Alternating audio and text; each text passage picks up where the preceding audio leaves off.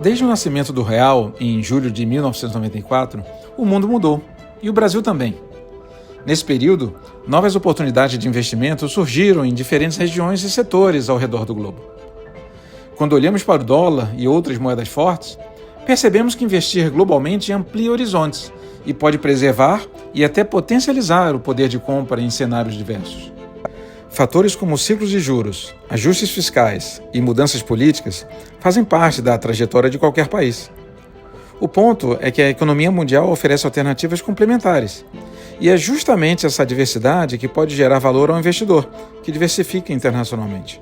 A pergunta que fica é: faz sentido manter 100% do patrimônio alocado no Brasil? Para responder essa questão, o Itaú Private Banking lança a série especial chamada Visão Global. Ao longo de 6 episódios, eu, Márcio Brito, Head Investor do Banco Itaú Internacional, vou conversar com convidados e especialistas para entender quanto, como e quando faz sentido pensar em diversificação de investimentos. Nesse primeiro episódio, as vantagens de alocar capital no exterior e os riscos de não diversificar o seu portfólio. Para explicar sobre a importância de diversificar internacionalmente, convidamos Daniel Haddad, CIO da Avenue. Daniel, prazer estar aqui com você. Bem-vindo, obrigado por ter aceitado o nosso convite. Eu acho que ninguém melhor do que você para ser o primeiro episódio dessa nossa série que vai falar sobre diversificação internacional. Eu que agradeço, Márcio. Para mim é uma honra enorme estar aqui. Obrigado. Vamos começar com uma pergunta importante. Na sua opinião, quais são os riscos para um investidor de concentrar todos os seus investimentos no Brasil? Eu acho que, voltando um pouco, né, assim, lá nos anos 70, 60, lembra que Markowitz ganhou o prêmio Nobel dizendo o seguinte, né, assim, diversificar é o único almoço grátis do mercado, né? E o brasileiro, ele já tem aprendido a diversificar mais, né? Basta lembrar que há 20 anos atrás ele focava muito em poupança, CDB, por exemplo, e cada vez mais ele começou a diversificar seu patrimônio. Então ele olha renda variável, renda fixa, mercado imobiliário, agro e por aí vai. O problema, Márcio, é o seguinte: quando você olha a correlação entre esses ativos, ou seja, como eles se comportam diante ao mercado, você vê que a forma deles se comportarem ainda é muito síncrona, ou seja, a correlação entre eles ainda é alta, né? Por quê? Porque eles estão expostos ao mesmo risco político-econômico que é o risco do Brasil. Claro. Isso não tem problema algum, faz parte, é importante a gente investir aqui no Brasil e etc, né? O ponto aqui é o seguinte: quando você coloca um componente internacional, esse componente internacional ele está atrelado a outro tipo de risco, a outra questão política, a outra questão econômica. Então, quando você traz esse componente internacional para sua carteira, quando bem feita, você consegue ter um risco menor na carteira como um todo. A Bridgewater, do Ray Dalio, né, acho que, se eu não me engano, em 2019, eles fizeram um estudo olhando 100 anos de história. Tá? E eles pegaram diversos países ao redor do planeta, incluindo o Brasil, e chegaram à seguinte conclusão: se você tivesse 100% do seu patrimônio investido naquele país, você teria perdido de 60% a 99% do seu patrimônio por conta de uma crise que assolou aquele país específico. Entendi. E aqui eu não estou falando só do Brasil, estou falando do Brasil, Estados Unidos, Coreia, Rússia, China, países da Europa e por aí vai. E ele conclui o estudo dizendo o seguinte: portanto, diversificação global é um salva-vidas. E aí, quando você olha ao redor do mundo, as pessoas já aprenderam a diversificar. Você olha, por exemplo, a carteira de um chileno, em média, 50% dela é investida fora do Chile. A carteira de um espanhol, por exemplo, canadense, também 50%. A de um japonês é 30%, mais ou menos. A de um americano, 25% é investida fora dos Estados Unidos. E a de um brasileiro ainda ali na faixa de 2%, ainda é muito pequeno, né? Então, sob esse ponto de vista, também é importante você diversificar. E um terceiro ponto, que é importante a gente pensar também, é a questão da quantidade de opções. Claro. O mercado de ações brasileiro, por exemplo, ele representa mais ou menos 1% do mercado de ações global. Então você imagina indo num supermercado com 100 gôndolas, eu chegando para você e falando o seguinte: Márcio, das 100 gôndolas você só pode comprar em uma, esquece as outras 99. Isso que acontece quando um investidor brasileiro só pensa em investir no Brasil. Né? Então, investindo aqui fora, por exemplo, você tem acesso a diversos outros setores, como tecnologia, cybersecurity inteligência artificial, e setores que estão na vanguarda da inovação e etc. Você tem muito mais empresas, por exemplo, para investir aqui fora, não só no setor de ações, mas também em renda fixa, em mercado imobiliário, etc. Então, quando o brasileiro descobre, né, que ele tem acesso a isso de forma simples, tranquila, com assessoria, né, ele se torna um investidor também global, né? Então é importante por diversos motivos. Não, super interessante, e eu quero voltar até em alguns desses pontos que você mencionou, tá? Da alocação do brasileiro internacional, dos produtos que a gente tem disponíveis aqui fora, mas antes disso, você mencionou também sobre os riscos, tá? Então, qual é a melhor forma de mitigar esses riscos? Eu acho o seguinte, primeiro, a melhor forma é aquilo que eu falei no início, de você ter um pedaço do seu portfólio exposto a um risco completamente diferente daquilo que você já tem. Você imagina que, você sendo um brasileiro, é bem provável que 100% da tua receita futura já esteja atrelada ao risco Brasil. Claro. Né? E se você tem, além da sua receita futura, 100% dos teus ativos também atrelados ao risco Brasil, você deve perceber que mais do que 100% da tua exposição está atrelada a um único risco, que é o risco Brasil. Né? E aqui eu gosto sempre de salientar que a gente não está propondo que você saia do Brasil e invista tudo aqui. Claro. É só a gente imaginar que, como muitas vezes a gente pensa, né? Ou eu vou investir em uma coisa ou eu vou investir em outra, é mudar esse artigo, não é ou, é e. Eu investir em uma coisa e investir em outra. Então, o primeiro ponto é esse, você ter ativos na sua carteira expostos a um risco completamente diferente para fazer aquele pesos e contrapesos. E o outro ponto, né, que quando a gente aprende gestão de risco, é muito simples. Gestão de risco basicamente é o seguinte, maximiza aquilo que você controla e minimiza aquilo que você não controla. Você não controla o que vai acontecer com o país politicamente, você não controla o que vai acontecer com o país economicamente, você não controla a decisão de um governo, seja ele de direita ou de esquerda, etc. Nada disso você controla. A única coisa que você controla é como você investe. E sob esse ponto de vista, a gente está aqui exatamente para ajudar o investidor a investir de forma melhor e fazer um portfólio que seja de tal forma blindado a qualquer coisa que aconteça. Entendi. E que possa impactar o portfólio dele. Daniel, ficou muito claro essa sua explicação. Vamos voltar naquele ponto que você mencionou anteriormente sobre investimentos de brasileiros no exterior.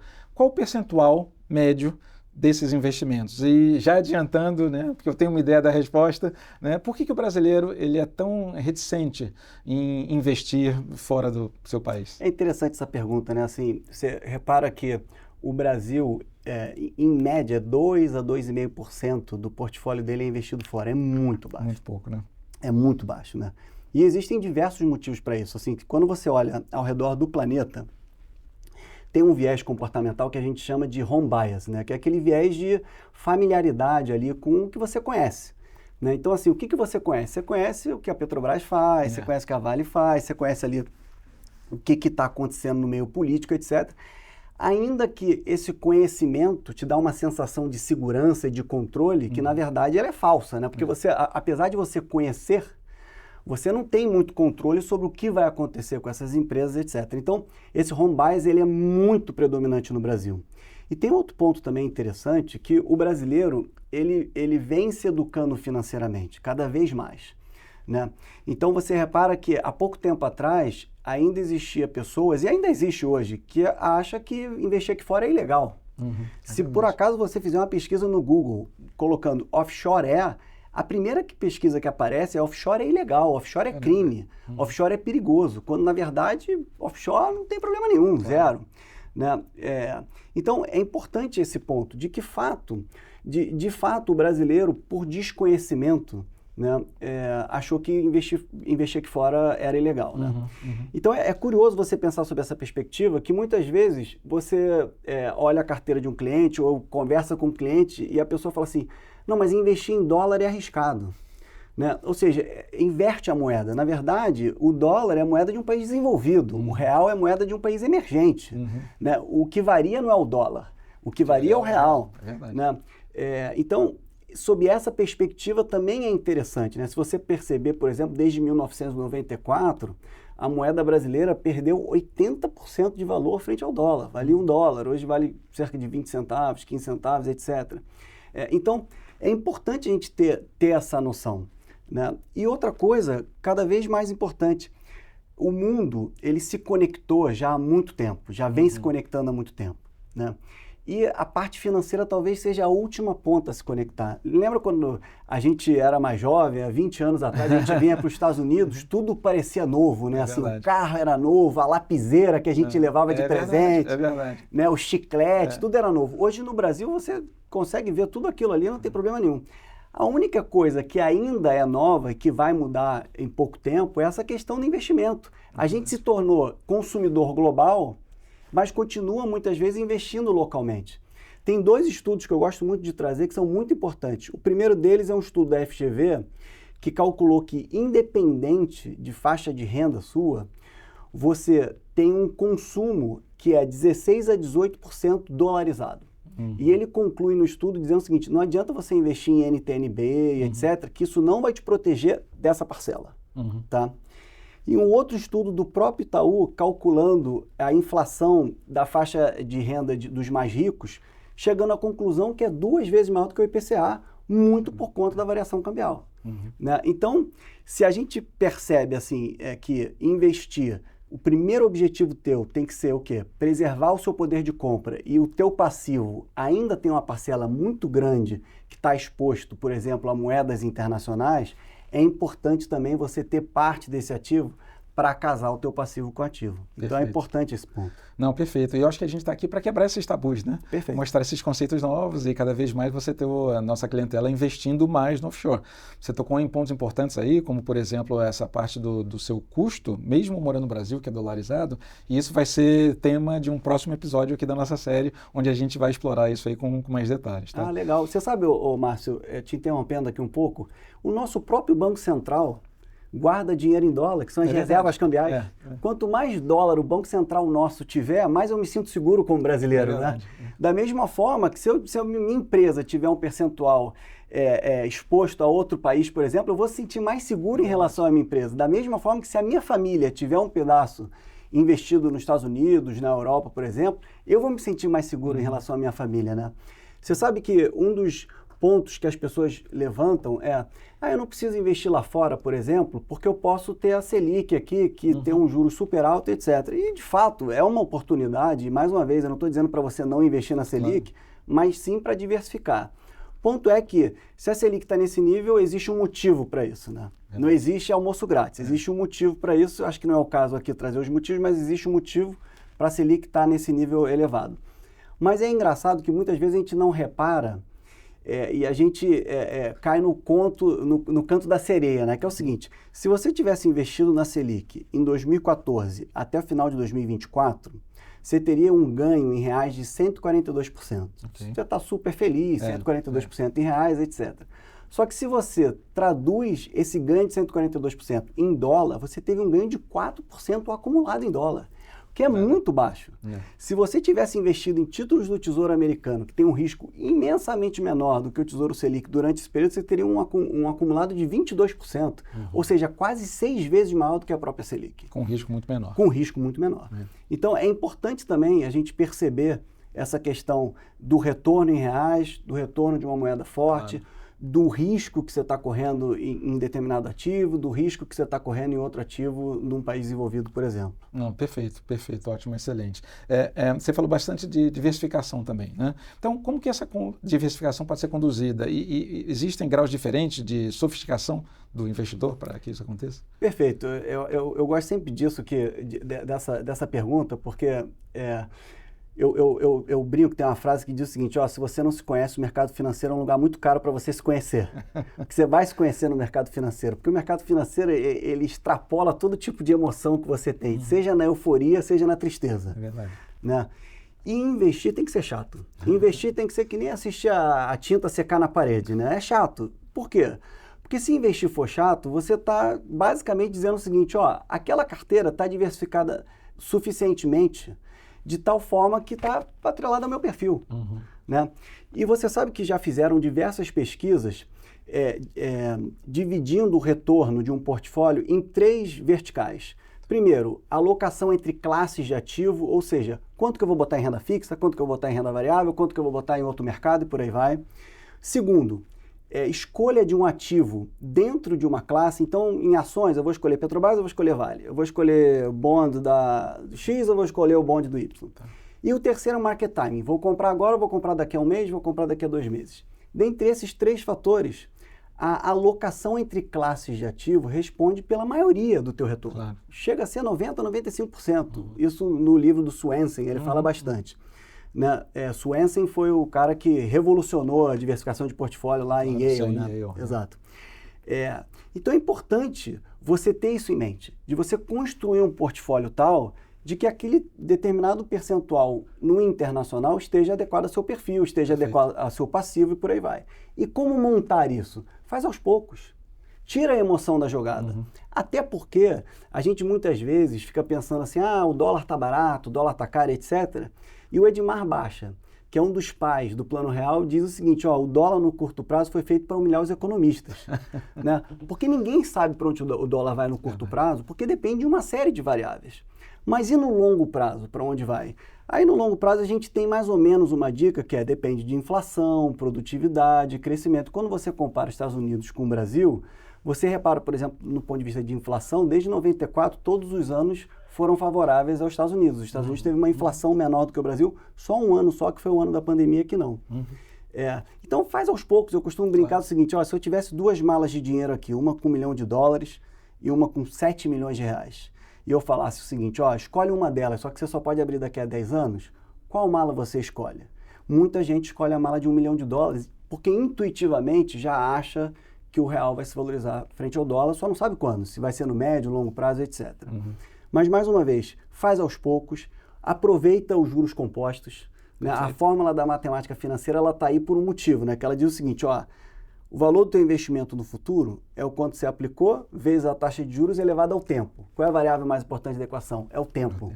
Não é o retorno, é o tempo, que é onde está o exponencial. Então, quanto mais tempo você passar investido naquela carteira que esteja atrelada ao teu perfil, melhor. Perfeito. Né? Essa é a maneira talvez mais racional, inteligência de usar o tempo a seu favor, né? Não no market timing, como você disse, que é o que talvez importe menor, né, na hora de fazer o retorno da carteira, mas usando o tempo ao seu favor para os juros compostos trabalharem para você. Perfeito, exatamente isso. Você sabe que fizeram uma pesquisa mostrando o seguinte, se você tivesse nos últimos, se eu não me engano são 20 anos, mas a história da pesquisa é mais ou menos essa.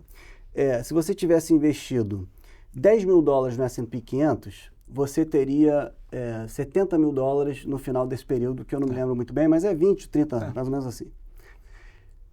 São 6.300 dias úteis. Se você tivesse perdido 10 desses melhores dias úteis, esses 70 mil teriam virado $32 mil. Ou seja, 10 dias úteis frente a 6.300 dias úteis. Não é nada. Se você tivesse perdido 30 melhores dias úteis, esses $70 mil viraria $12 mil. Caramba. Né? Ou seja, mais uma vez, foca no compounding. Foca em fazer uma carteira que esteja atrelada ao teu perfil. Tudo bem, você quer ter uma coisa mais tática ali, pega um percentual da carteira, faz isso, etc., não tem problema. Mas o grosso, o estrutural, foca na diversificação atrelada ao seu perfil. Perfeito. E deixa os juros compostos agir. Né? A importância de se manter investido e ter a disciplina de seguir sua alocação estratégica. Exatamente, né? isso. Vamos explorar um pouquinho mais essa parte de retornos, tá? Tá bom. Qual é a diferença entre o retorno de um portfólio diversificado, aqui fora, como a gente está falando, e um portfólio investido 100% em Brasil? Aí vai depender muito, Márcio, até respondendo um pouco a sua pergunta anterior, do quanto você coloca na sua carteira, né? Por exemplo, isso é importante também frisar, que a alocação da Avenue, ela é 100% alinhada com a recomendação do Itaú. Então, como funciona? O Itaú vai olhar o portfólio global do cliente e vai definir junto com o cliente qual o percentual que ele tem que ter fora do país. A partir desse percentual, se o cliente ele é um cliente conservador, por exemplo, tanto a do Itaú quanto da Avenue vai recomendar para ele, em geral, 100% de renda fixa. Né? Se ele é um cliente mais agressivo, esses 100% de renda fixa ele baixa mais ou menos para 60%, dependendo do investidor um pouquinho menos, e aí você começa a colocar ações, alternativas, etc. Essa alocação, ela está 100% alinhada com o Itaú. Perfeito. Então, isso vai ditar um pouco o quanto de retorno você vai ter. Se a gente olha o histórico, obviamente sempre fazendo disclaimer que o passado não necessariamente quer dizer que vai se garantir no futuro, mas, por exemplo, o S&P 500 em diversas janelas rendeu aí na faixa de 9% e 10%. Tá? O próprio dólar frente ao real, em diversas janelas, ele se valorizou na faixa de 8%, 9%, 10%, a depender da janela. E hoje, por exemplo, você consegue, sendo conservador, renda fixa americana pagando 4%, 5%, e aí, mais uma vez, quanto maior o risco que você vai colocando na sua carteira, maior a dispersão de retornos que você pode ter em relação àquele seu portfólio. Mas o mais importante aqui, mais uma vez, é se manter investido, claro, focar num valor de retorno que você quer, porque o seu banker vai, junto com você, moldar a sua carteira de tal forma que você se mantenha investido e tenha um retorno atrelado ao teu perfil. Perfeito. Eu acho que é consistência, disciplina e paciência. Perfeito, talvez, exato. É isso aí. Não, legal, Daniel. A nossa última pergunta aqui. Vamos entrar um pouquinho mais nesse universo de investimentos, tá? Que tipos de instrumentos a gente tem disponível aqui fora, que você pode falar um pouquinho, e o que você pode dar de exemplos aqui para a nossa audiência? Eu acho o mais interessante dos Estados Unidos, né, é que os Estados Unidos ele é um hub do mercado financeiro global. Né? Eu costumo brincar que se a Petrobras quiser levantar dinheiro na Argentina, ela não vai na Argentina, ela vai nos Estados Unidos. Uhum. Né? Porque na medida que a Petrobras emite dívida aqui nos Estados Unidos, vem investidor argentino, vem investidor americano, vem investidor brasileiro, vem investidor asiático, de todo mundo. Né? Se você comparar, por exemplo, o mercado de ações comparado com o mercado de dívida corporativa e soberana também dos Estados Unidos, ela soma, esse número muda de dia para dia, mas soma mais do que 100 trilhões de dólares. Né? Esse valor ele é maior do que a soma dos 9 mercados seguintes. E aí eu estou considerando todos os países do G7, Austrália, Espanha e por aí vai. Né? Então, os Estados Unidos é um hub do mercado financeiro. Uhum. Né? E por que eu estou dizendo isso? Porque você tem diversificação não só em termos de uma classe de ativo, então em ações, por exemplo, você tem mais de 6 mil ações para investir aqui, desde ações de tecnologia até ações de empresas de lixo, por exemplo, assim, todo tipo de setor você consegue investir aqui. Você consegue investir em empresas internacionais, por exemplo, só nos Estados Unidos tem mais de 1.000 empresas internacionais. Né? Isso é 3 vezes mais do que o mercado brasileiro sozinho. Né? Então, empresas brasileiras, empresas europeias, empresas chinesas e por aí vai, você consegue também investir aqui. Né? E setores completamente distintos, como eu falei. Então, você tem não só essa diversificação dentro de uma classe de ativo, mas também diversificação de tipos de produto. Né? Sejam produtos de ação, de bonds, de outros tipos de renda fixa, até produtos mais sofisticados, como private equity, private credit e por aí vai. Perfeito. Então, aqui nos Estados Unidos você consegue ter todo tipo de investimento. Né? Então, eu acho que isso é importante, porque muitas pessoas falam assim, eu não vou investir nos Estados Unidos porque eu não estou tão otimista com os Estados Unidos. Quando, na verdade, os Estados Unidos você se conecta com o mundo inteiro. Né? Então, eu acho que vale frisar isso. Ô Daniel, e falando sobre essa diversificação internacional, né? Você acabou de mencionar que o brasileiro tem um investimento muito baixo, né, no exterior. O que pode acontecer para que isso se acelere? Márcio, é importante essa questão que eu acho que já está acontecendo. Né, que é o seguinte, primeiro é a parte da educação do brasileiro que a gente vem fazendo de diversificação e etc. E o segundo, curiosamente, existem estudos mostrando que a gente vai passar por uma transferência de renda a maior já vista no mundo, de trilhões de dólares. E sabe qual é o segundo país, maior país que isso vai acontecer? Brasil. O Brasil tem uma expectativa de 9 trilhões de dólares de transferência de riqueza de uma geração para outra. E por que isso é importante? Porque a geração nova já nasce mais conectada. A geração nossa, ela já nasce muito mais global do que a geração anterior, né? Perfeito. Você repara que, antigamente, você, por exemplo, estudar fora, o bloqueio era saudade. Hoje em dia ninguém mais sente saudade, porque você tem FaceTime, você tem as mídias sociais, etc. Hoje o bloqueio é financeiro, né? Estritamente financeiro. Não é mais saudade, não é mais língua, é o bloqueio financeiro. Então a gente está chamando esse movimento de diáspora patrimonial. O que isso quer dizer? Cada vez mais os brasileiros estão expandindo a sua vida financeira, seja através do investimento, seja através de serviços financeiros através dos Estados Unidos e através do mundo. Uhum. E além disso, a gente vê que no passado a dificuldade de obtenção de informações era muito grande, né? Hoje em dia é muito fácil, né? O investidor em qualquer parte do mundo saber o que está acontecendo com as empresas americanas e as empresas globais, né? Perfeito. Então a gente percebe nossos clientes querendo também participar da festa, né? Entre aspas, o cara quer investir em Nvidia, quer investir em Microsystems, em todas essas empresas que o americano também investe. Exatamente. E é interessante você falar de participar da festa, porque o estrangeiro nunca teve tão investido no exterior, sabia? Interessante. Chega em 18%, 20%, e o brasileiro ainda não. Então o brasileiro quer participar da festa, exatamente, é isso mesmo. Legal, muito bom. Muito obrigado, Daniel, por dividir essa sua visão conosco. Eu que agradeço, Márcio. Muito obrigado. Nos Estados Unidos, investidores têm cerca de 25% do portfólio fora do país. Esse dinheiro está alocado em países diversos, desde economias mais desenvolvidas até mercados emergentes. No Brasil, o índice dos investidores com capital alocado fora do país é de menos de 2%, segundo levantamentos atuais. Mas essa é uma realidade que está mudando rapidamente. No próximo episódio, vamos falar sobre como proteger seu portfólio de flutuações cambiais.